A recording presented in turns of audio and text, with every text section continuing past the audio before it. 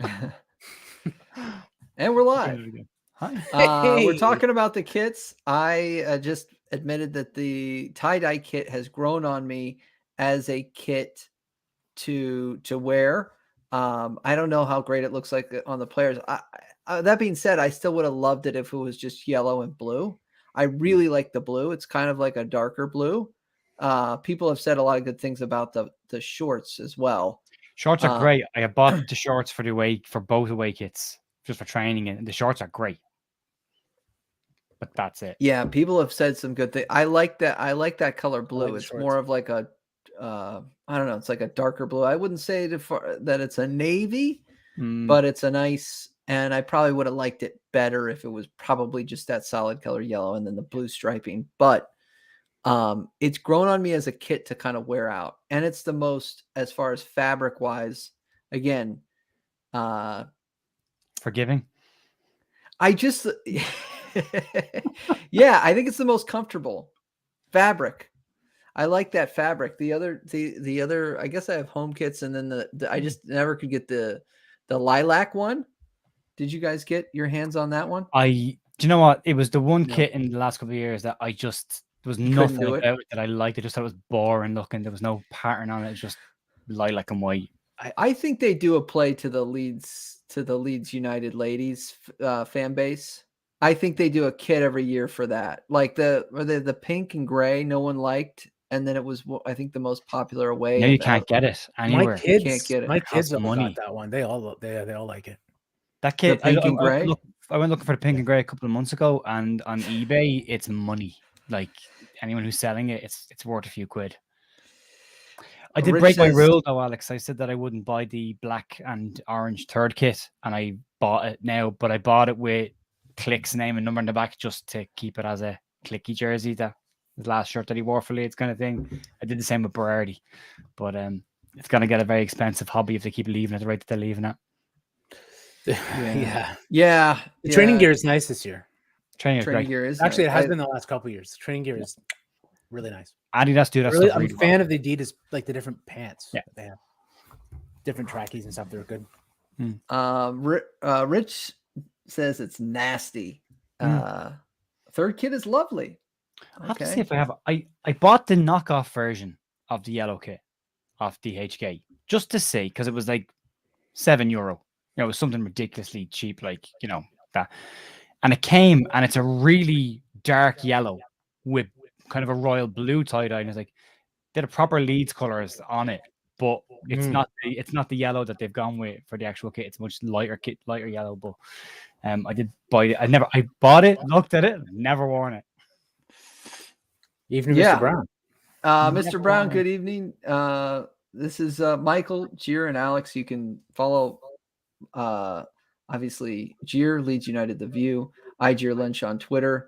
He covers your daily Leeds United news in a condensed way almost every day. And just got a coaching gig if you follow him on Twitter. So that's interesting.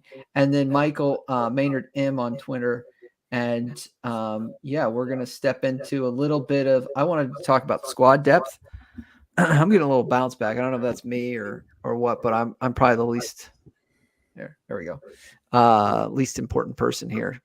And there's no right answers. We just want to find out the right answer together. That's why I like this podcast. I don't know if that's true, Alex. I'm just a loudmouth on Twitter. Don't worry about it. No, it's very good. You have you started this. I'm just a dude on Twitter. Yeah. You are not just a dude on Twitter. You are Leeds faithful, baby. Thank you. And so, like, comment, subscribe. We're going to have a goal of 50 likes. So there's 19 people in here. If you can just take a second.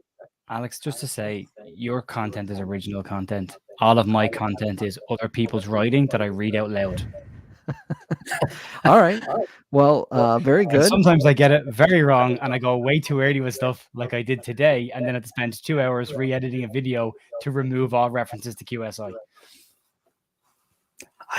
You know what though? Like it's out there, man. Like that's, it was out there. There's no reason to not have it included in your news for the day. It was what was being discussed in the Leeds United sphere, right? Yeah, but I kind of went with it's an exclusive, and this is a story. And then an hour later, you're like, oh, this has to come down, doesn't it? This isn't going to work. Yeah. It was my fastest growing video ever. It had 2,000 views inside 40 minutes. I was like, holy Jesus, this is way faster than normal. And then when James Marshman and Team Talk put the retraction out, I was like, it just died. It stopped dead. I was like, I've got to fix this now because this is a problem. But big story to get wrong if you're the person that broke that story. So Team Talk and James Marshman, that's a big story to get wrong when you actually quote a source and you say that it's exclusive and then turns out to be not true at all. Marshman? Is that Marshman? James Marshman. It's very hard not to say Jesse Marshman, but James Marshman. He is he's got, I think he was very hyped up on CDK. And was the one kind of beating that drum that it was closer than it really ever was. So he did get a couple things right recently. Like he was the first one out with the Jorginho Rutter stuff just after Sky Germany were talking about. He was buying out with all the detail, and he's been kind of ahead of most people with that. But that probably gave him more credibility than he deserved coming into today. And then when he broke that story, you were like, holy shit, this is a big deal. Like, and then it's really not. Mm-hmm. Good evening, all. Saying hello in the comments tonight. Hello, everyone. Thanks for coming. Hello, everyone. Like I said, we'll try to hit 50 likes. So there's almost 30 now people in here. So just go ahead and open up your phone. Napper there says that people want the QSI money. Yeah, they do. I don't. Yeah, I'm torn. I'm torn. I spent a lot of time sort of airing my general grievances with the World Cup and its location, and I can't turn around and then say I want QSI's money. I also don't want to be the junior partner to PSG. So I think that what I again, it's not true. None of the story is true, but from what I picked up on earlier on, it was that PSG were looking for an alternative. So they were looking at taking another club and then eventually selling PSG because they haven't managed to achieve what they're trying to achieve with PSG because of the competitiveness of the league that they're in. I wouldn't think that, but there is that element of sports washing. There is that element of, it's money coming from a not so nice place. I'm torn because I'm in that bracket of, I wasn't a fan of where the World Cup was held this year, but I still watched it. I was a hypocrite. I watch it. And with the QSI stuff, it's like, I want Leeds to be a big team. I want Leeds to challenge, and if the only way we're going to do that is through a oil-rich nation owning the club, it's kind of a moment of, well, do you get on board and go throw your moral compass to the side and run with this and go, great, gets us where we need to get to? Or do you say, no, I'll happily see us kind of lower mid-table for a while and see how we get on? And the way I'd love to see it done is that 49ers take us over and push us to the next level, and then maybe in a couple of years' time, somebody else then comes in, takes it and pushes it up again. But it's a hard one to turn around and say, okay, here's a ton of money that's going to elevate you to Champions League status pretty much within 12 months. Yeah. And then say, no, we don't want that. But that's where I'm torn. But as I said, I'm not a hypocrite. I am a hypocrite when it comes to certain things. And I want to make sure people know that I am a hypocrite. And I will say out loud that I'm against a lot of what the Qatar stand for. But at the same time, it would be hard for me to say no to that. Well, it's an interesting situation, right? Because it's like my brother-in-law is a big Newcastle fan, and he had his grievances with what was going on under Mike Ashley before.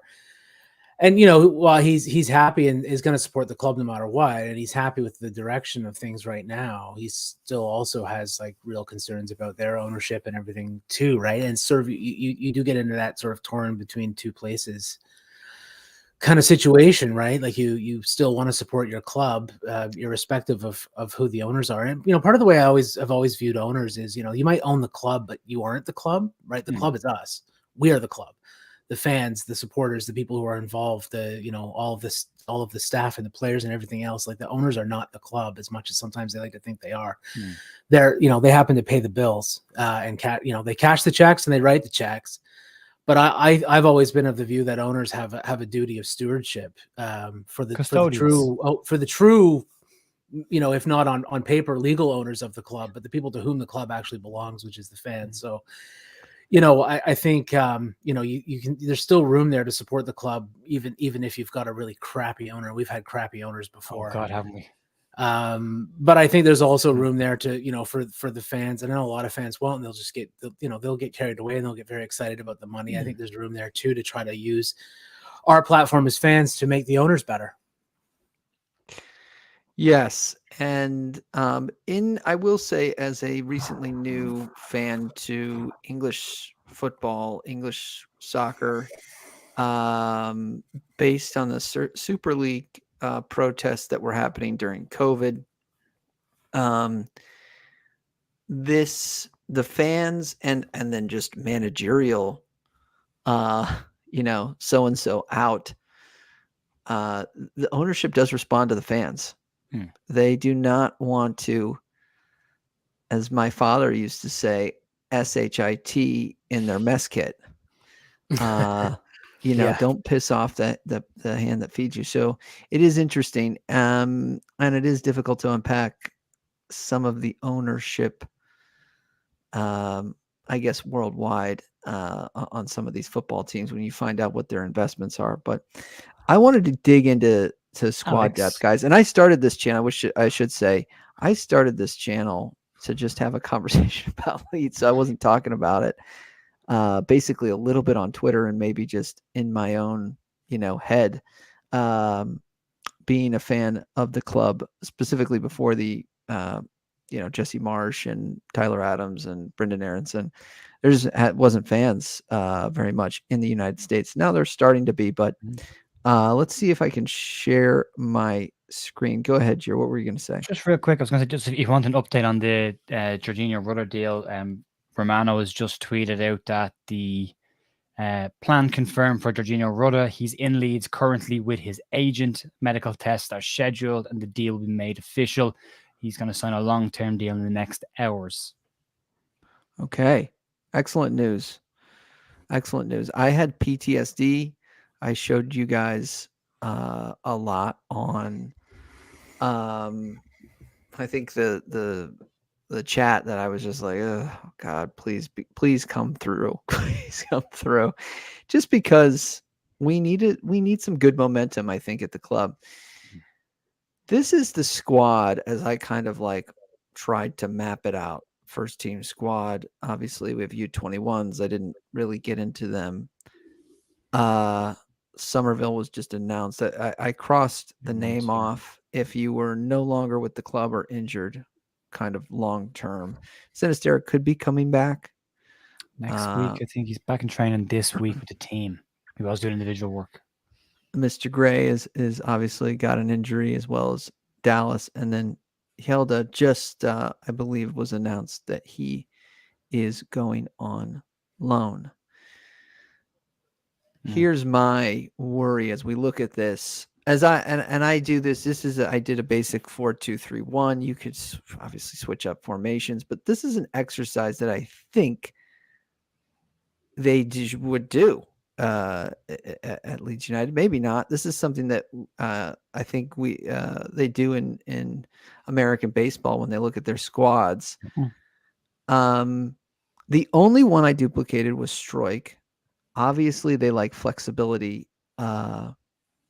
They like flexibility in a lot of these players. So you could probably put Aronson over here. You could put Nanto over here. You could put Harrison in the 10. You can kind of change stuff. Rodrigo or Gelhardt in the 10 as well. Yeah, right. You could be Rodrigo and Gelhardt in the 10. Right or left as well, because he's probably going to end up playing wide, I'd say. Sure. You could kind of massage this out. I just wanted to kind of get it. It gives me an idea. The less flexible I think they are is really on the back line. And so when I was like, my doomsday prepper mode that I got in, I said, okay, well, they're looking to sell Firpo is the rumor. Helda was rumored to be going on loan. Okay. Now let's say Rotherham, let's say gone to Rotherham. Let's say Cooper gets an injury because we're in a congested fixture period. Let's say Cooper gets an injury. Stroik has to come in. Okay, we're comfortable there. Wober's now at left back, or maybe you could switch them. But now there's no backup, really. There's no backup at either one of these positions. Just with one little injury like that, it becomes threadbare. Yeah. And Cooper has known to be out for spells during the season. You could possibly have he's just come back from being out for a spell. He literally had a small tear in his glute last week, which is why he missed. So he picked up he's back for this game, but he has got small injuries he's picking up. Right. So my worry is really here. I mean, maybe they could recall Cresswell. Maybe and again, we want defensive solidity based on how the defense has been playing. So anyways, that's kind of my take. What do you guys think? Am I missing players? Obviously there's rumors of players coming in, players coming out. This is the transfer window. But what's your guys' take, I guess, on the squad and the squad depth right now as we hopefully grow the roster this window? Let's start with Michael.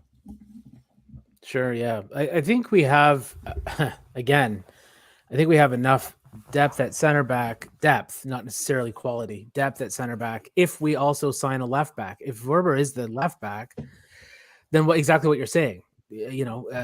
Cooper's out. Now all of a sudden we have one player per position and zero backup, especially now that Yelde's gone on loan. Potentially, you never know what's going on with Firpo. So yeah, it does cause us a lot of problems with one injury. I think, in terms of that left-sided center back, I don't really want to see Llorente anywhere, to be honest. But I especially don't want to see him there because it's just he is better at the right-sided center back role than he is on the left. If you put him on the left of a pairing, it's just a disaster. Absolute disaster. Ayling can play there. Despite the fact that he's a right back, he can actually play the left-sided center back role and has done so fairly well several times. Again, you'd prefer him on the right, but he can slot in there if necessary. But right now, what are we doing with the right-hand side of our defense? What are we doing with the right fullback role? Because Christensen's not doing very well lately. He's not in form. I don't know if he's up to it at this level, to be honest. That transfer is really sort of on the edge for me right now as to whether or not it was a good one. And Ayling, he's not as reliable as he used to be. He still seems to have a lot of dynamism going forward, as he always has. Defensively, a little bit questionable, particularly out there. Maybe center back is a better place for him anyway, as sort of a backup in that role. But you notice he is getting skinned more often. He's not positionally. He's always sort of been a little suspect. I think he's oftentimes when we've tried to play an offside trap, he's the last guy playing somebody on. So there's some difficulty there. Since we do try to do that with Jesse sometimes. So if he's one of the center backs playing people on, that could be very dangerous for us.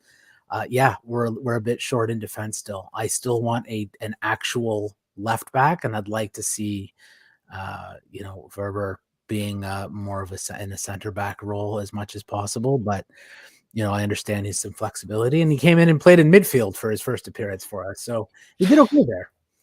But it's surprising that we bring in someone who's a left back, center back, and then play him in midfield. More square pegs, round holes again from Leeds.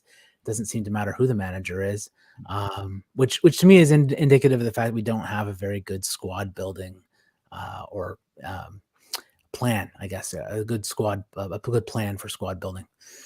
I think we're in the middle of a squad build. I think we are. It's a rebuild. It's a big rebuild. Yeah. And it's going to take probably 2-3 transfer windows. If you take the summer as the first window, this is the second one, and the third one being at the end of the season as well. There's clearly a refocus on players, but Michael, to your point, it's the quality. I honestly think, given a season or so, I think Christensen will settle into the Premier League. I think he's got all the attributes. He's a physical player. He's pacey player. I think once he gets the read of the green and understands how fast the game is moving and starts to get used to it, second season, I think you'll see a better player there. But in the interim, I don't think we can hang around. I think it's prime for Cody Drama to come in and make his first start of the season after the second half that he had at Cardiff. I thought he was excellent in that game, and maybe that's the opportunity for him to come in now. But I would agree. I would, from what I saw, the Verber thing just head scratching. It's just madness. You've got an opportunity to get him into the team nice and early and get him bedded in a cup game, and you stick him in as defensive midfielder. Now I know he nearly scored, and I know he made him a couple of really nice meaty tackles to endear himself to the fans. But that's not where we need him. We need him to play in centre back or left back and getting used to that position and not throwing him in midfield. Like, when is he going to play in midfield first? And if we did sign him as a midfielder, what is that all about? Like, why are we, Jesus, the glaringly obvious issue is centre back, left side of the defence is the glaringly big problem area for us. And you sign a player to play in that position and you stick him in midfield. It doesn't make any sense. I think when you go into the midfield, I mean, you could add Perkins into this, you could add Mateo Joseph into this as well, but they're on the fringes. But what you're seeing with there as well is, I think from an attacking perspective, like, I'd be really excited about this attack in the next 3 to 4 years. I think we're building a really, really, really young, dynamic attacking system. I really do want to see us sort out our defense first, though, if I'm being very honest. I keep saying, I know we've said on this program a couple of times, where it's built from the back, get that right. And I still don't think we're there. There's talk of Firpo. Looks like he could be going to Betis on loan. It's not a permanent deal. They want him on loan, apparently. So that could be, he wants to go. Don't blame him. But that will leave us short on the left-hand side there as well. You're still looking at trying to get somebody else in there if we can. But we are, from a defensive perspective, we're 1 to 2 injuries away from a problem. Yep.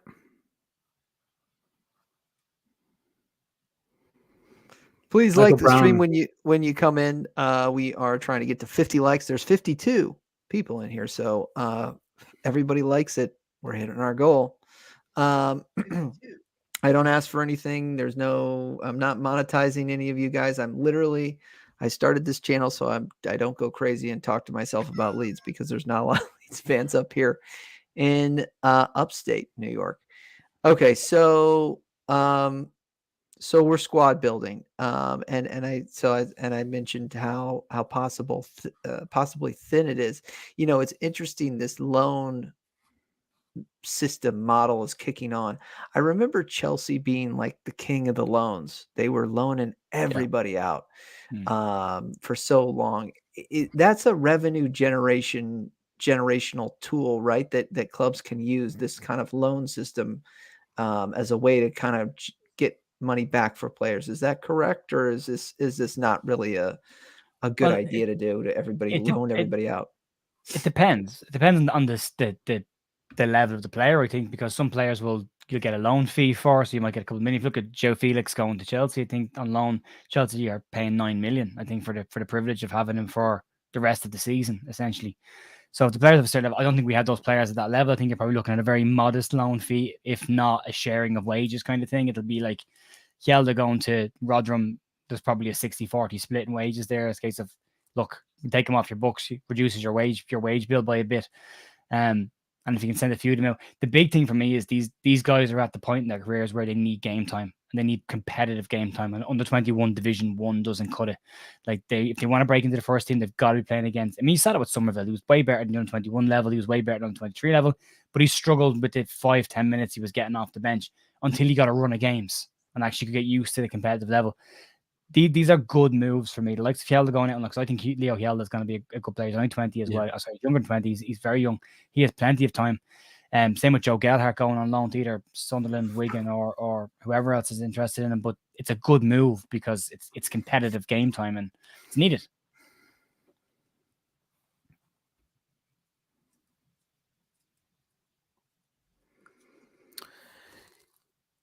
Yeah, we have a lot of players on loan. Alex, you're on mute. All right, I didn't know this is Google, and I don't know how accurate this is, but I just wanted to show some of the players that we had on loan. Helder Costa's actually on loan. Praveda's on loan. Dan James. It says Bogus is on loan. Cresswell, Roberts, Shackleton, Bate, Jenkins, and McKinstry. Yeah. Of all these, okay, so now we have Helder, and let's say probably Gelhardt. Probably Firpo as well. Let's say Firpo. Are any of these players that you guys are wanting back? Do you want to pine? Are you pining for any of these players to? Oh, we need we need to have them back. I laugh a little bit at Costa. Tyler 29. Roberts. Yeah. Go ahead. He's 29. I think he has an obligation to buy at the end of the season from Man United. If not, I think they'll just cancel his contract. Boguts and Pavade are the two interesting ones for me because they were the two kids that we thought were coming in with all the excitement behind them, and then both of them had cruciate knee ligament injuries and other injuries in the last 2 years, which kind of slowed their progress down. Boguts is starting to get game time over with Ibiza, and Ian Pavade has played 90 minutes back-to-back for Blackpool and scored against Nottingham Forest in the Cup at the weekend. So some good stuff there for them. I think Michael Appleton at Blackpool said about Pavade, the penny has finally dropped with him. He said that he's been very complimentary of his impact off the bench, but wasn't overly impressed with the amount of work that he was needing to do to get into the team. So he said the penny's finally dropped, which is a good thing. Tyler Roberts is, as I fully expected, is struggling for fitness and is struggling for form with QPR. He started off well, got a goal, been in the team. There's a possibility of them bringing in another striker, QPR, which could mean that they could cancel his loan move if we get back at Leeds. Jenkins, I don't think will come back. He's at Salford. I think he's at Salford. And then Shackleton, I think he's out of contract to Leeds at the end of the season. So I think this is the and again, he's also in and out of the Millwall team. He's not starting as many games as he was at the start of the year. Charlie Creswell, rumour that he's going to come back to Leeds and be loaned out, possibly to Rotherham as well with Yelder, or there are other clubs interested in bringing Norwich, want him as well. And then of all of them, the one that's having probably the best season, having the best season is Lewis Bate and Stuart McKinstry. McKinstry's had a great season up in Scotland. Yep. 3 goals already this season, has made a real big impact up there, which is where Leeds got him from in the first place. And he's kind of shown the potential Leeds that they saw in him. I think he'll come back. I think Leeds will be mad not to extend his contract and maybe loan him out again up to Scotland. Just let him keep playing, but keep him on the books. I think he will be a good player. And then Lewis Bates having an incredible season at Oxford. He's been one of the best players and was their December player of the month as well. So he's killing it right now. Yeah, of all these players, I think the ones that we should watch to really go on and make it in the Premier League, and some of this will depend on physical development, but I think Lewis Bate certainly has the best chance. He's such a quality player on the ball. He's really, really good. Charlie Cresswell, I guess we're not really sure where he's at. I think he's been pretty up and down with Millwall. They've been delighted with him on occasion, but pretty upset about him on other times as well. And obviously, I wouldn't say necessarily that this loan has been a huge success, except for the fact that it's exposed him to challenging circumstances, which I think he'll benefit from. But I would like to see him get recalled, perhaps, and sent somewhere else. Maybe he's not quite up to the level that everyone sort of thought he was. It may be that a League One loan might be better for him right now, potentially, or another championship side maybe as well. But I don't think he's going to end up getting as many minutes playing on another championship side, given his struggles so far. And it could just be Millwall. It could just be the manager there. Perhaps he'll do better under a different manager. Talk of Sunderland for him, I think I heard at some point. Jared, I don't know if you heard that. Say it again. Sunderland possibly for Cresswell. Yeah. I heard of the possibility. Yeah, they're having a look as well. Yeah, there's a list of clubs that are interested in taking him. Yeah, I think some of them probably suit them a bit better because they're an underdog team. They're not expected to challenge the top of the league. Where Millwall are kind of pushing for playoffs. Yeah, it might be a little less pressure, like another team in the championship with less pressure on him, or sort of a higher level League One club might be good for him at this point. He's still young. He's got a lot of time to develop as well. But yeah, it's been a struggle for him. The others, I don't anticipate them coming back. McKinstry, I think I agree with you on that one, Jer. The others, I don't anticipate them coming back. I expect they'll all be moving on at some point permanently. I think McKinstry, when he did play for Leeds, he was forced into the team a couple of times last year. I thought he was fine. I don't think he ever really let himself down. He looks like a very capable young fella with a very solid head on his shoulders. He's a bit light. Is the only thing I'd say about him. He's a bit, how'd you say, skinny. A bit skinny for a pro footballer. I could do, but then there's a lot of players like that as well. A bit of bulk on him would go well, but I think he's a tidy player, and I'm not sure. I think he's got 18 months left on his deal. I think, but if he comes back in the summer from Leeds, you'd hope that Leeds lock him into another contract anyway. And then if they have to send him out on loan again because he's still young as well, let him go out on loan, play games, but have him locked down. So if nothing else, you can get a fee if he does decide to move away, and if he does turn out to be a great player, you've got him connected to the club anyway. You can bring him in. I was heartened to hear the news about Poveda and sort of the sort of understanding now that he's starting to reach a level of maturity that will do him well, because I think that was the big issue with him before, was just a lack of maturity. I mean, he's a small guy, but he's obviously put on some bulk as well. Like he's looking bigger now. He's always been kind of slick with the ball. I mean, that goal he scored he's good was with the ball at his feet. Yeah, for sure. And now he's got the Jack Grealish style rolled down socks as well. So right, I saw that. Yeah. You got both of you are not a fan of necessarily bringing Charlie back into Leeds, into Yorkshire. No, I don't think he's not ready. I think it's a bad idea. I don't think I've spoken to a couple of Millwall fans because a couple of people contacted me through, because I tag if I'm talking about Millwall in one of my videos, I'll tag Millwall as a tag, so the odd Millwall fan will pop in and have a couple of things to say. And I got speaking to a couple of people, and they were saying, don't just look at the goals he scores and don't just look at the highlights, look at what he's actually doing in full matches. And they've said that he's been the fault of some very high profile mistakes this year that have cost him some goals in some matches, and he's been out of the team not only because he's behind the captain, but because of what's in front of him is actually better than what he has at the moment. What I would say to that is that's the whole point of having him out on loan, is to make those mistakes and to learn from them, but not in Leeds. That's the whole point of a loan. Go mature somewhere else where you can learn from those mistakes, but don't make them here. I still think he's probably the future at Leeds centre backs. I think he's destined to be a right-sided centre half in the next 2 to 3 seasons. But I would like to see him get away from Millwall now and go down to maybe, and I agree with Michael, maybe it's League One, maybe it's lower half Championship, but go and play games consistently, because he needs to be playing every single week. Yeah, that's it. I want to go back to the roster, the squad, American in me, and say it was a shock, I think, to most everyone that Bamford will be available this weekend. On the bench. I've asked you both. Start touching wood right now. Find something wooden in your house and touch it, brush off it, because that could change if he sneezes in a minute. Pop a rib. I ask you both. I think I've asked you both before. Does he score his 100th goal in a Leeds kit? So he's available. He could come in. He gets one between now and the end of the season if he stays fit. I mean, he'd have to get one between now and the end of the season. I watched a little training video that they put up. He looks, I don't know. He looks like he's hungover. I don't know if I know he's just had a kid and he just looks tired. I don't know if this kid's got to be a year old now. Yeah. And I know he's a professional footballer. He's probably got, babysitters and all that kind of help. But I'm just saying he looks he looks bad. He just doesn't look. He doesn't look vibrant. Like a player that has no confidence right now. He looks, his whole body language, his demeanor looks like a player who's just really struggling for belief in himself. He needs what he got in preseason. He needs a ball to just drop him on the goal line. He can just tap it in, and then just to start building. There's something going off his backside.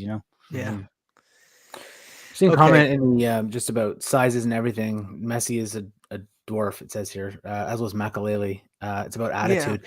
Yeah. It is somewhat about attitude. Size does matter in the sense that you can be slight, you can be short, but you need to know how to use your body, right? You have to have at least some muscle, first of all, and you need to know how to use your body. And that's what we're sort of seeing with Crescencio Summerville, is that he's now learned how to use his body to his advantage. He's a small guy, but he's using his low center of gravity. He knows how to use his shoulder into people now where he didn't before. He was so easily knocked off the ball. So it doesn't. You're right. Size isn't everything, but if you aren't of a substantial size, if you're not of at least an average height and weight, then you need to learn how to use your body differently. And the same thing for really tall people. I was listening to I think was it Guardian Football Weekly, maybe they're talking about some really tall players don't know how to jump very well for the ball. They're not great in the air because they're tall and they never learned how to jump. They never had to. Didn't have to. Do you know, when I'm 6'4", and I was a number 9 when I played, and I was very much the old school tall number 9. But I was very good in the air. But my dad insisted when I was a kid and I was kind of starting to take a stretch that I learned to jump properly and get my arms up and really lift myself. And same with my left foot. He insisted on me learning to shoot my left foot as well and just keep practicing those things. And the difference it made for me in my career was incredible. I scored more headers than I scored any other kind of goal. I would easily have classified myself as probably one of the best headers of a football in the league, just based on my ability to get up. But you see so many number 9s, and they just go up on their tippy toes and they try and flick things on like tall players. They never jump because they don't have to, and they miss out on so many opportunities because it's not a skill set that they add to their game as well. You know, it's a massive advantage. I want to disagree with John's comment. I'm sorry, John. And what I mean was, when I was talking about McKinstry needing to put more bulk on and being small, I meant small as in width. He's very thin and very light. Messi is not thin. Messi is thick. And so is Claude Makelele. You will not push either of the two of them off. They've got a low center of gravity, but they're also pretty wide players. Like Nanto. Yes, exactly like Nanto. I wouldn't say that Nanto needs to fill out or get bigger. He's quite big. He knows how to use his body. Yeah. He's low. He's large. Messi doesn't get pushed off the ball because Messi's strong. Claude Makelele was never described as a small footballer in terms of size. Height, maybe. But you wouldn't win a 50-50 with Claude Makelele. You just wouldn't, because he was just more physical and he was built. That's what I want McKinstry to do. Same to do what they did, to just add a bit more bulk. Same with Joffy and same with Brendan. Same with Brendan. Sorry, like Joffy, but same with Brendan Aronson. Just a bit more muscle definition, like a little bit more stronger. That's all. They did a transformation video on Eddie Nketiah on ESPN, and I showed it on a stream that I did. And they said he's the most dedicated person in the gym right now for Arsenal. And I always thought, when people didn't want Eddie back, because there was rumors, the complete mill, not anything serious, that Eddie, would you have Eddie back? And I was like, absolutely. I just liked him. I thought he was a simple finisher. Sometimes finishing is just the ability to pass it into goal and put it where the goalie's not, and it's tough. I won't say it's an easy thing to do. The point of this exercise, I just wanted to remind everybody, was just that we wanted to look at the squad depth. I trust that the front four, so to speak, Jesse is good. I don't want to say good.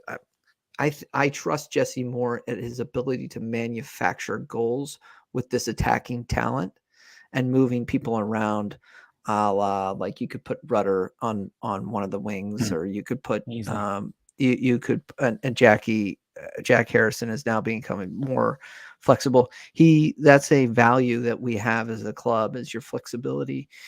Where I think it's less flexible is at the back, and that back line area can become thin really quickly if you have an injury, and then you put somebody on loan. All of a sudden it becomes, where you thought you've had depth and players are getting on, it becomes tight, and we're now square pegs round holes 3.0 FC. We don't want that. So we'll see. Hopefully the board does an exercise like this. I think, Jesse, it'd be good to do an exercise like this again. This is a basic 4-2-3-1. You could set anything else up that you wanted to. Sure. And I look, and to Jir's point, we're squad building.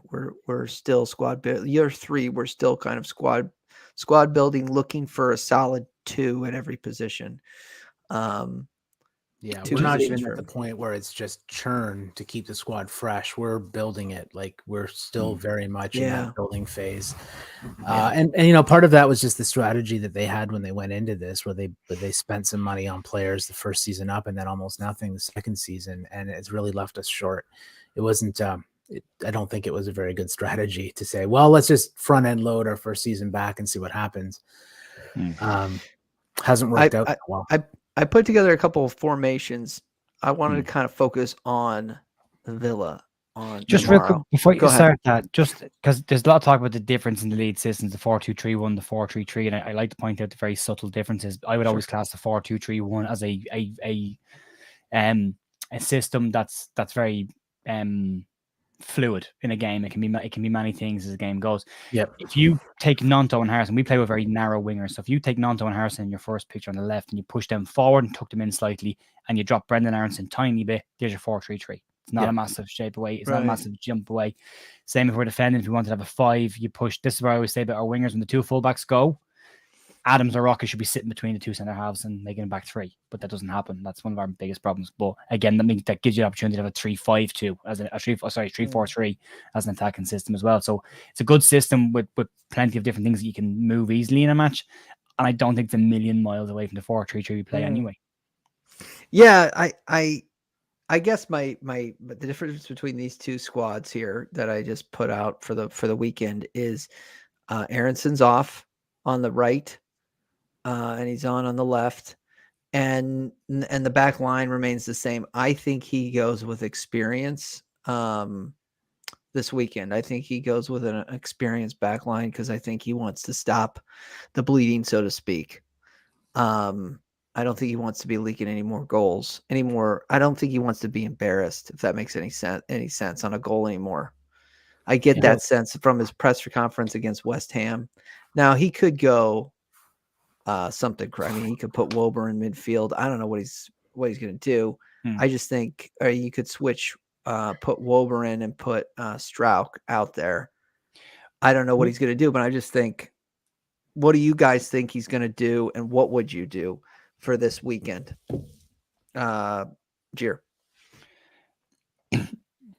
I would agree. I think he needs to go with experience. I don't know if he will, though. I was hoping by the Cardiff game that he had gotten annoyed enough, and not the previous week, this whole not being brave enough and looking scared to make the change that needed to be seen. I think I would like to see Wober start at the weekend. What's the point in buying the guy if you're going to sit him on the bench at this point? He looked decent when he came on against Cardiff. Cooper and Koch, yeah, I would agree enough with that. I have no issues with the options that we have right now. Cooper / Strauch, but then Strauch from not playing centre half for a long period of time, then struggled when he went back into centre half, which is expected. I think there's still a question mark over the right back position. I think Cody Drama could be in line for a start. It's my gamble. I would think he possibly could come into it. I think outside of that, what you've got down here on the left hand side is probably right. I still would like to see Aronson and Harrison swap on a permanent basis. I'd like to see Aronson on the right. I think he's better out there. I think he's more dangerous. And we saw that again the first half against who was it? Was it West Ham or Southampton? I can't remember who it was earlier on the season. He was Crystal Palace. First half out on the right, he made that big long run where he beat loads of players and nearly scored. That came from the right hand side of the park. I'd like to see him out there, and I'd like to see Jack Harrison back in the 10 when he came on last week and got the assist for Rodrigo's equaliser. He came in that position from a number 10 position. And I think Jackie Harrison has a lot more. He doesn't want to play there, but I think he's got a lot of attributes in his game that suit playing there. You think of what Pablo gave us as a number 10. Harrison is very comfortable on the ball, comfortable in tight spaces, can shoot, likes a shot, and has a decent pass on him as well and decent vision. He gets caught on the ball a little bit too much for me. He hesitates a little bit, but I think he's a better number 10 and Aronson on the right than the other way around. And I would agree with you. I think he goes with it. I think the team on the left will be very, very close to what he goes with. So the only thing that you would probably do is put Drama out there. You think he's earned a chance to show. I think if ever he had a chance to start the game, it's this game. Based on how he played against Cardiff and based on what Jesse's been saying, if he doesn't start this game, if he starts Ailing and Les Christensen on the bench, then I think Drama's in trouble. Okay, Michael, what do you think? What do you think the gaffer does, and what would you do? Yeah, it feels to me like Jesse's quite reactive, and I think under the amount of pressure that he's under, and you can kind of tell he's under pressure right now, he's going to react, and I think you're going to see him make some changes. He's been really, he just not even hesitant. He just hasn't and won't, drop his oldest son, Brendan Aronson, for anything, for any reason whatsoever. But I think he's good off the ball. He still can be a decent presser. It's just he is losing the ball. He's a little out of form. It's fine. Some people have been a little OTT about Brendan Aronson. The reaction's been incredible. He's crap. He's terrible. Where's that come from? Like before the World Cup, he was one of our best players. Like he was. People walking with Aronson shorts and talking about how great this player is. Jurgen Klopp saying how a star this guy is going to be. And just because he comes back a bit rusty from the World Cup, he's the worst player we have. It's a ridiculous reaction. No, it's silly. I put out a tweet like before the World Cup. It's maybe early on in September or October, perhaps, where I said, our top 5 players right now, and Aronson wasn't on it for me. but he's not far. Like I just didn't have him on there in my top 5 yet, and he could develop into that for sure. He's got some raw skill, I think, that could put him up there. But man, did I ever take some pelters for that? What do you mean, Aaronson's our best player? Blah, blah, blah. And now it's like totally the opposite. Everyone's like all over his case. Yeah. I just think he needs a break. He's just turned, I think, 22 years of age, like last month or something, or in the last couple of months. It's a lot of pressure on his shoulders right now. I think, we're not performing. He wants to, you can tell that he does want to try to sometimes take things on himself. It's just a spot of bad form, I think. And the fact that he just keeps getting run out there no matter what, is a bit much. I think it's almost cruel in some ways for Jesse to keep putting him out there when he's out of form, because this is the reaction, right? We know what the reaction is. Which is, people start to get all over his case. So I would like to see him dropped. I think Jesse may actually drop him at some point. I think he has to. And I think he actually might. Model of take him out of the fire line for a little bit. That's all it is. That's all it is. Take him out of it for a bit. He'll make an impact on the bench, off the bench. Of course he will. Yep. And we've got enough cover there, I think, at the moment. Like, if you did take Aronson out, you can place. I've been really happy with Sam Greenwood this year when he has played in midfield. Played in the 10. I like Sam Greenwood. I think he's banging it off for more game time as well. He hasn't let us down.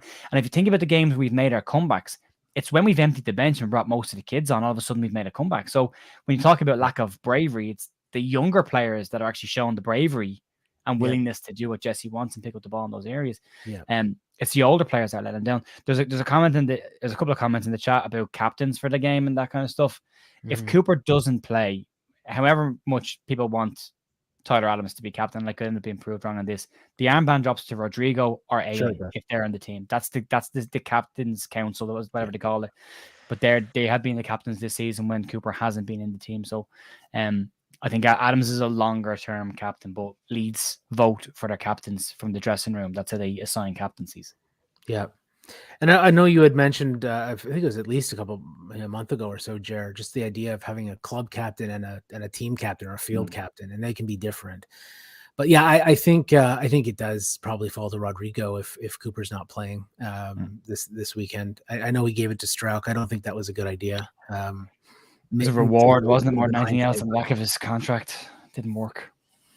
Yeah, it's just I think with Strauch, first of all, during that last match, you're moving him he's been playing left back forever now. You're moving him positions and giving him the armband, and like, it's just a lot to pile onto somebody all at once. So I don't think that worked out very well. Obviously, clearly it didn't for Strauch personally, because he didn't have a great game. But I don't have any concerns about Strauch long term. But I do think Rodrigo getting the captain's armband makes sense if it's not Cooper.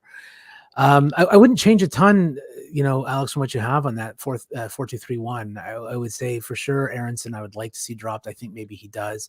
I also think that maybe he gives Strauch a break after that last match as well.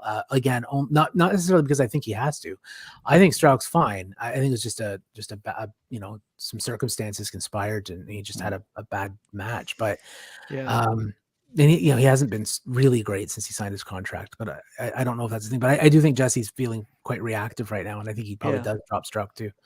This is a massive game for it's huge. The club and for him. So let's get into Jesse.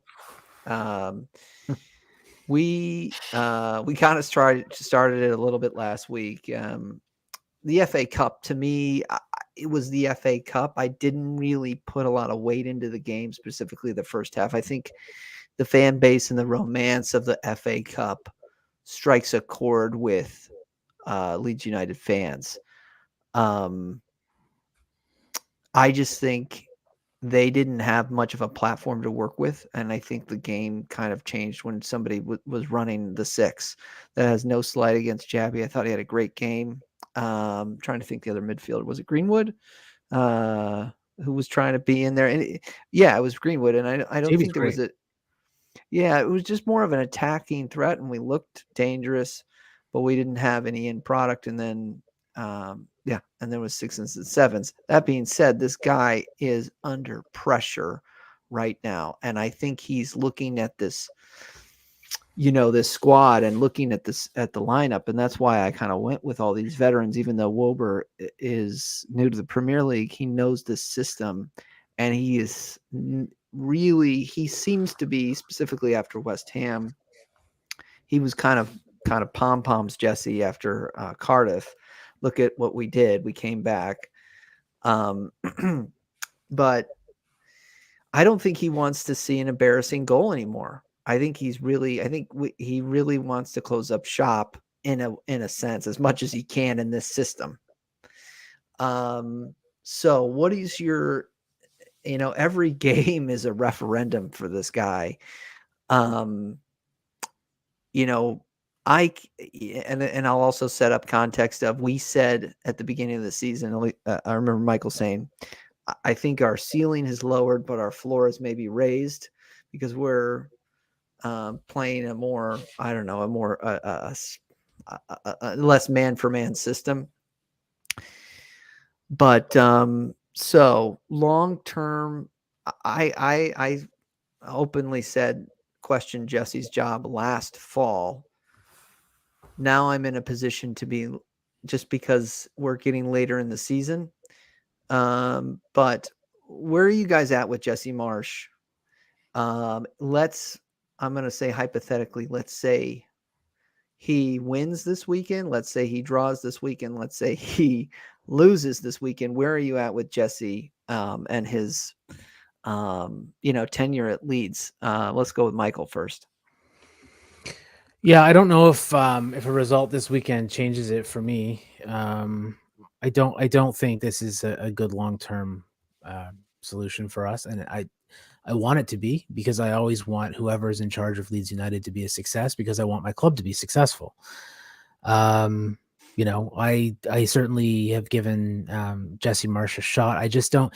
There was that one tweet from Graham Smith that really did it. I think I sent it in our private chat recently, and it was Graham Smith can be a little bit snarky sometimes. I like it personally. That's not a criticism at all. What he said, Jesse Marsch is asking for better tactical understanding from some players that he's coached for years, people that we brought in from his previous clubs. And I said, yeah, and he is. We're starting to see a lot of excuses from Jesse, and I think we're starting to see a lot of not quite throwing players under the bus, but certainly blaming players. And there's that video that emerged of him saying to the bench, they're playing scared. It looks like it's all coming apart for him right now. He looks like he's aged significantly.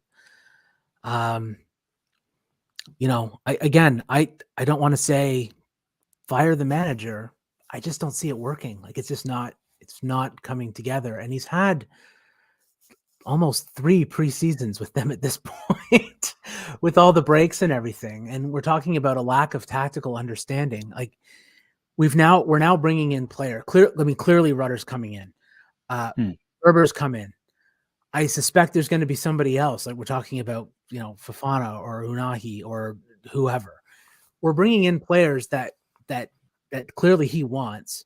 We've brought in other players in the last summer that clearly he wanted, players that have played with him before, that understand his system, that understand his tactics, that connect with him on a personal level, that like him, that have come in because they know him. If you still can't get the tactics right, and he's saying, this is what he is saying, he himself is saying, what I'm telling them to do isn't working. Why isn't it? That's your job. Literally, your job is to get them playing the way that you want them to play, to have clarity about what the actual system is. He talks about it all the time. If it's not happening, then what are we doing here? Right? That's the job. So, I will back him to succeed. I want him to succeed. I'm not going to be, screaming, fire him now, fire him immediately. But it's at some point, I think we really have to take a long look. Too interesting. And I see what you're saying. Absolutely, Michael. I think that there's a reason for him where we the 2 wins in 16, which he took issue at over the press conference. Another highlight of the press conference was, I like to I have to stand up because I want to help them. I don't want to sit in the dugout because the eyesight, the lines are bad. Is he aware that he was clipped up on Twitter? Like, it's kind of like that, I think Jesse is very aware of his and then persona. The other thing, was hey, the chip balls and the switch balls. That's just to let you know, that's an English tactic.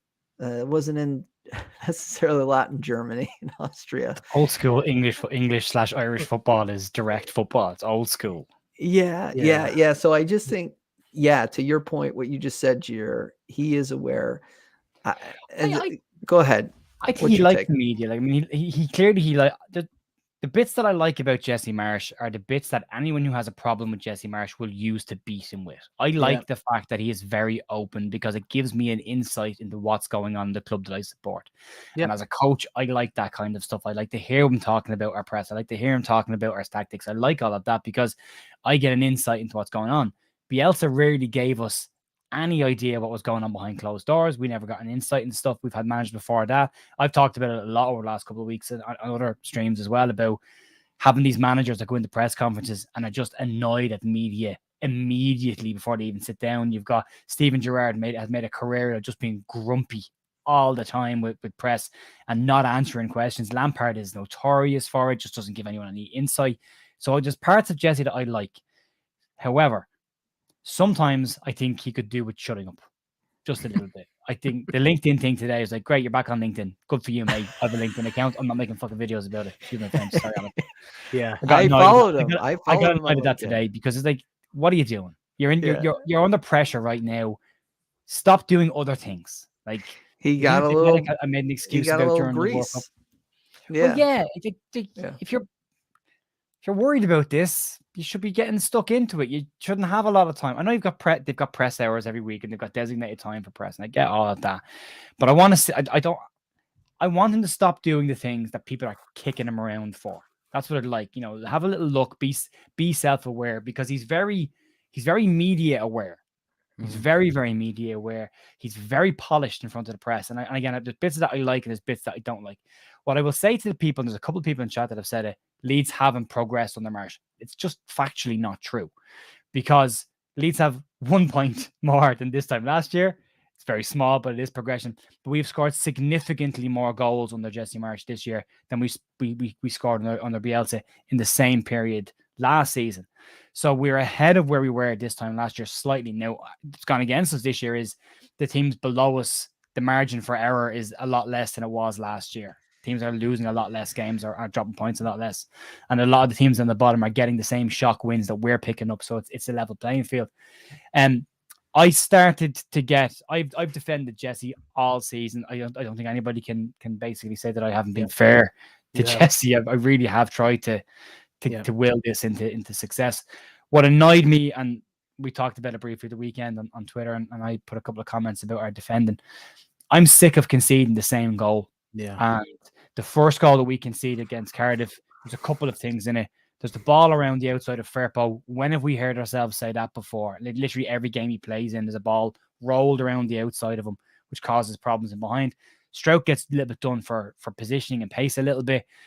But when Robles makes the save, it's a pullback to the edge of the box again. Spurs, Brentford, Palace, like how many times this season have we seen someone go to the end line, pull the ball back and get a tap in? And Diego Llorente's attempt at stopping the ball going in is pathetic. It's absolutely pathetic attempt at attack, gets nutmegged in his own box. So that really annoyed me. And this is where I come at it from a coaching perspective. If you're conceding the same kinds of goals, then you're working on that in training. If anything, you should be hyper aware. If anything, you should concede more of a different type of goal for a couple of weeks while you're working on that one issue that you keep getting caught on. And we talked about, again, that switch ball to the back post. That's still an issue. That's still popping up as a problem. We're not conceding right now. But in every game, there's 3 or 4 moments where it's, holding your breath for a second while the ball goes to the far post and you see someone turn up free. So that's where I'm starting to get annoyed. And this is where I think we're missing something as well. Mark Jackson's left the club and Leeds were 2 days away from announcing a replacement for him a week ago. We still haven't announced a replacement for him. There's no defender on the coaching staff. Mark Jackson was the only defender on the Leeds coaching staff. we need an out-and-out defensive coach as far as I'm concerned, or we need 4 better defenders. And seeing as we're probably not going to do the second one, the first one becomes really, really important. I don't know why Jesse finds it so hard to get other coaches to join his coaching team. It was the same in the summer. We went really late with putting that coaching team together that he wanted. And then we've lost 2 of them in the last 6 months as well. They've gone off to other jobs. There's something up with that as well. I know Jesse's a very hands-on coach and likes to do a lot of the coaching himself, but we have a serious defensive problem. And as far as I'm concerned, after seeing the Cardiff game, we are not working on the very obvious goals that we're conceding every single week because we're showing 0 signs of improvement on it. That, to me, is where I have the issue with Jesse Marsh, and that's where I fall down. And I'll say it again, from an attacking perspective and from a pressing perspective, I think they're very close to being a good side. I think they're very, very close. But the problem is, until we start the back line out, then we're going to have to score 3 and 4 goals in every single game to try and win a game or get a point in games. Yeah. And that has to stop. We've got to start keeping clean sheets. Against Newcastle, we did the opposite. We played a low block and we sat in and we got a point. Great. We've got to do both. We've got to keep clean sheets and score goals if we're going to get out of here. And there are parts of it, I think, again, to balance it, our attacking young players and the younger players that were in the squad, look at Sam Greenwood as an example, and Summerville, have gotten better since Jesse's come in. They have gotten more time, more exposure, and look better. Jesse Marsh took Sam Greenwood from being a striker / number 9 and made him a number 8 in midfield. And I think it's been a fantastic adjustment. I think he looks like a really good player there. And if anything, I thought maybe Greenwood's career at Leeds was probably over last year. Now I don't think so. Now I think there's a player in there that can do something. Yeah. So he has had a massive impact on the younger players. The older and senior players are the ones that have been letting Leeds down, outside of maybe Rodrigo with goals to a degree, but he doesn't do an awful lot of the pressing work. He doesn't do an awful lot of the pressing properly that should be done, which is a problem. But I think the senior players that he's relied on have caused him problems. Like Christensen coming in at right back has taken longer to adapt than we would have hoped to. Cooper's made some mistakes. Llorente's made tons of mistakes. Koch has made a few mistakes. Stroke has made a couple of mistakes. And these are players that were already there. When you move further up, Aronson made a mistake last week against West Ham. And again, I talked about this was the area where Jesse Marsh was talking about being brave. Brendan Aronson comes back into number 6 position to receive a ball off Cooper because Mark Rocket and Tyler Adams aren't showing for that ball.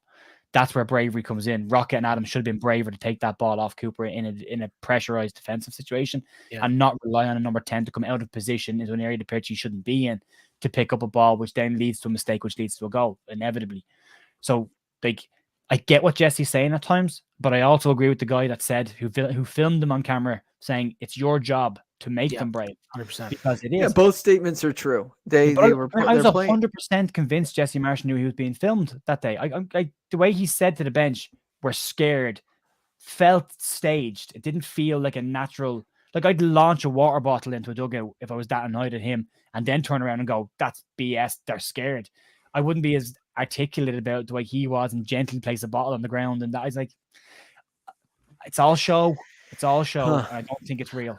I think he's aware. I'm not interested. There's a little bit of back and forth about Marcelo versus Jesse. I'm over it. That kind of debate.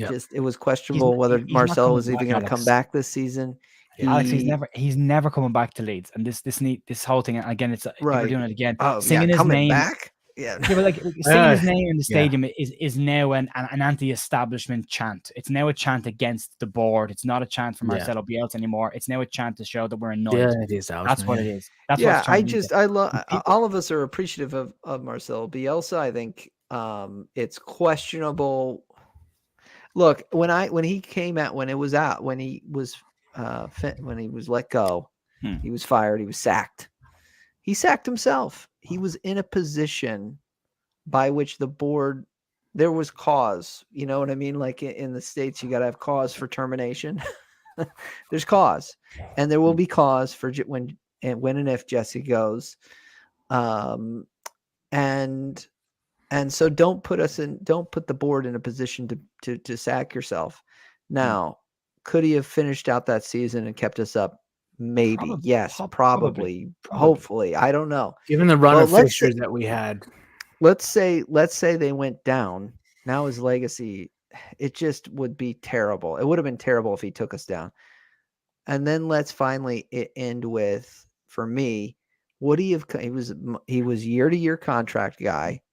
If he came back, would he have come back this year, knowing that the roster had to be turned over because there's not a lot of tread on those There's Bielsa already an guys. agreement in place for Jesse to come in this year anyway. So yeah, there was probably right. It was probably I think it was a handshake agreement, not an actual contract. But I think the plan was already to have Jesse come in. Anyway. And then so the question really is to me less about Bielsa and more about, was Jesse the right guy? That's what we're really questioning about, because the Bielsa road was we were the longest tenured club, and he was in uncharted territory really as well. And the board, for whatever reason, whether he asked it or they didn't back him, and that should be kind of exposed at some point. I don't think Bielsa will ever say anything, but I understand the Bielsa talk because it's a yardstick, right? It's the most recent yardstick. It was successful too, yeah. And I think it was successful football. If Jesse leaves, then we'll be measuring against him as well, but not in the same way. Sure. Perhaps it'll be like, man, isn't this so much better than it was? But what I was trying to say before, and I was being a little inarticulate, is that I think it's probably not working with Jesse. I don't know if it will. I think I don't want to be over the top with saying get out of the club at this point, but I suspect that's going to happen.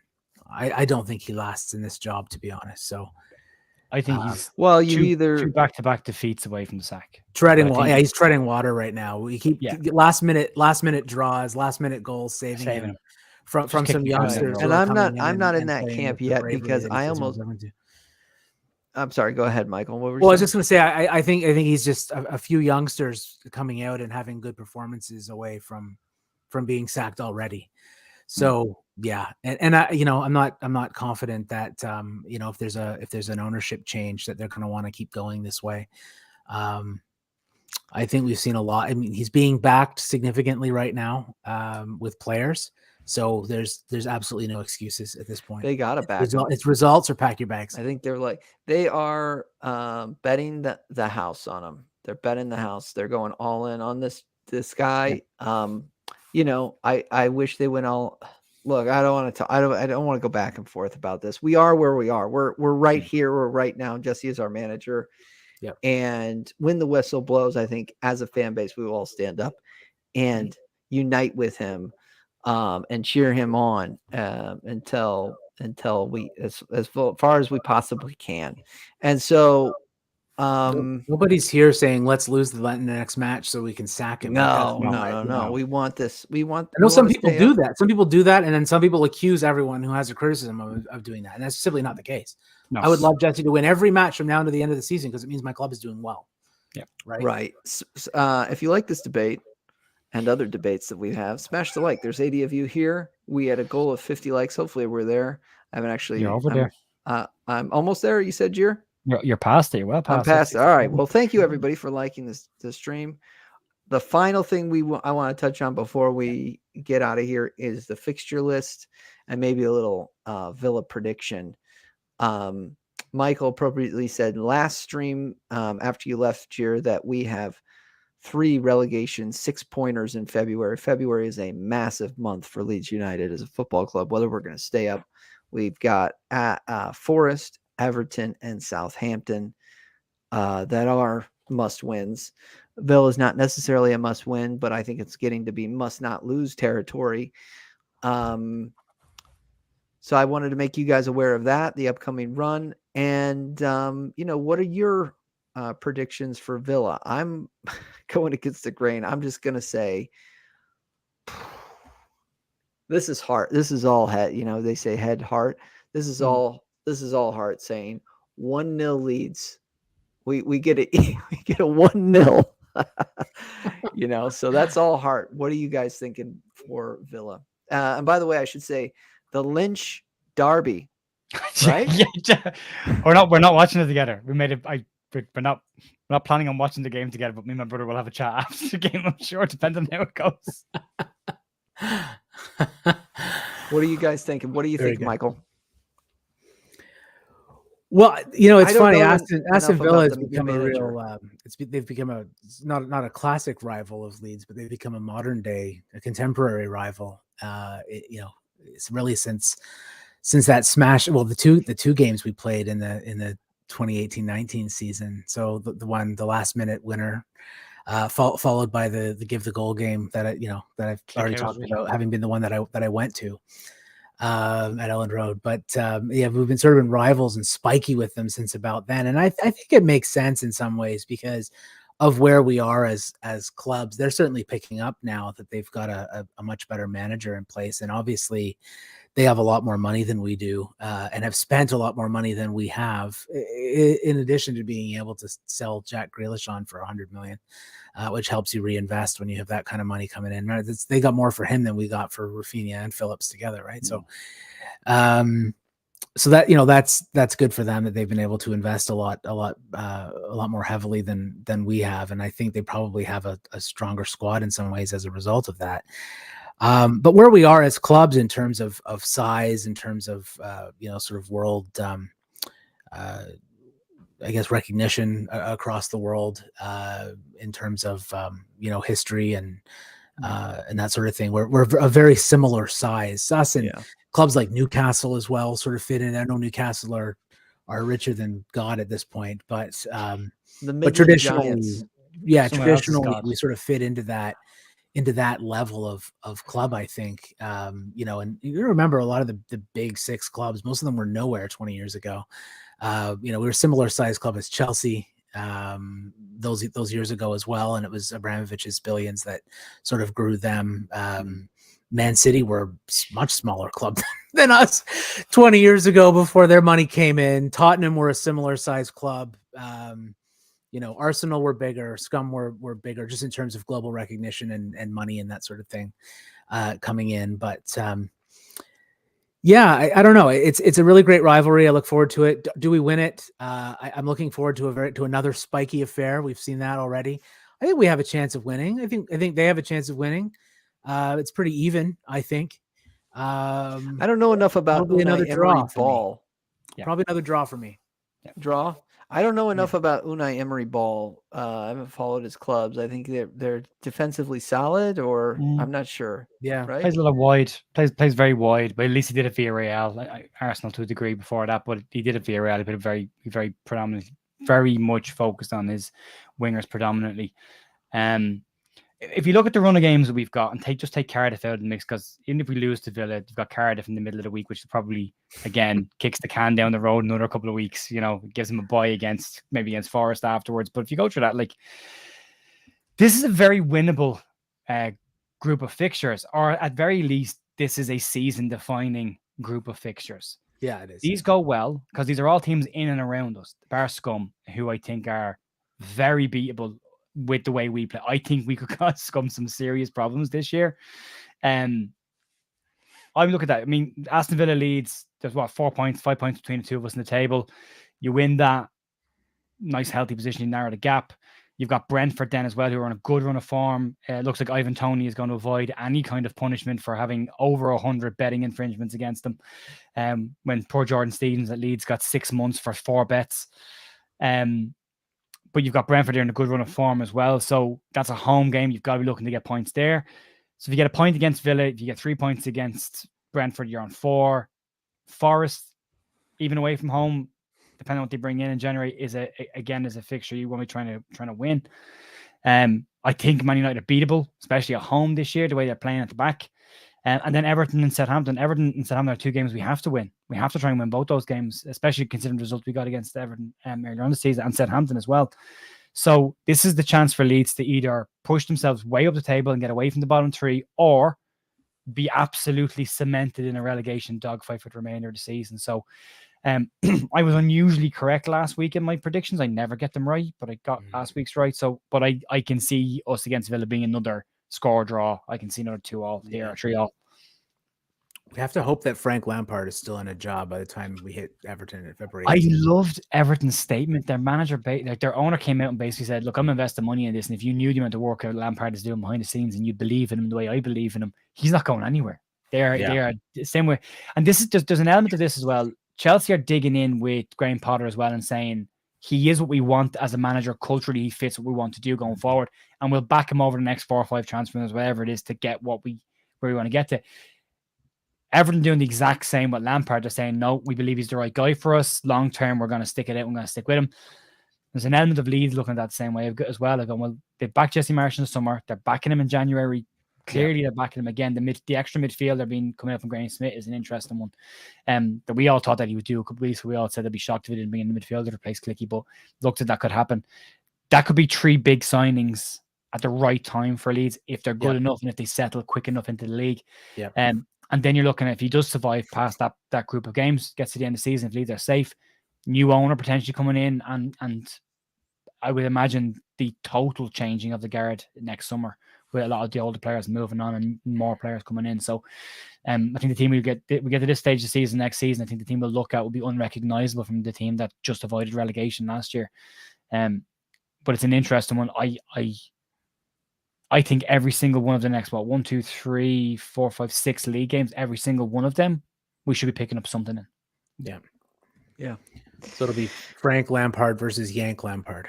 I don't like that. I hate that term. I just Michael, that's bad. That's bad. Come on. I didn't make we it. Don't want to. We don't like Frank Lampard around here. Chelsea. I love Frank Lampard. I can't take credit for that.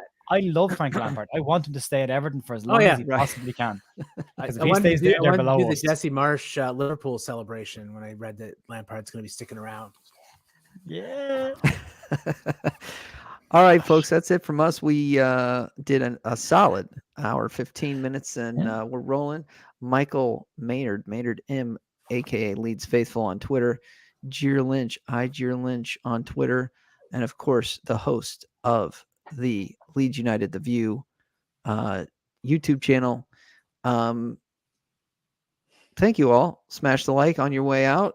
Subscribe if you're not subscribed, and I guess there's a notification bell. You can do that as well. Hopefully we'll add chapters. We'll do a couple of clips on Twitter. I'm the American and Leeds at American and Leeds on both YouTube and Spotify and Twitter. Have an awesome day. 24 hours from now, we'll be watching the Mighty Whites in the Midlands battling Villa. Big game. All right. Marching on together. Leeds. Peace out, everyone.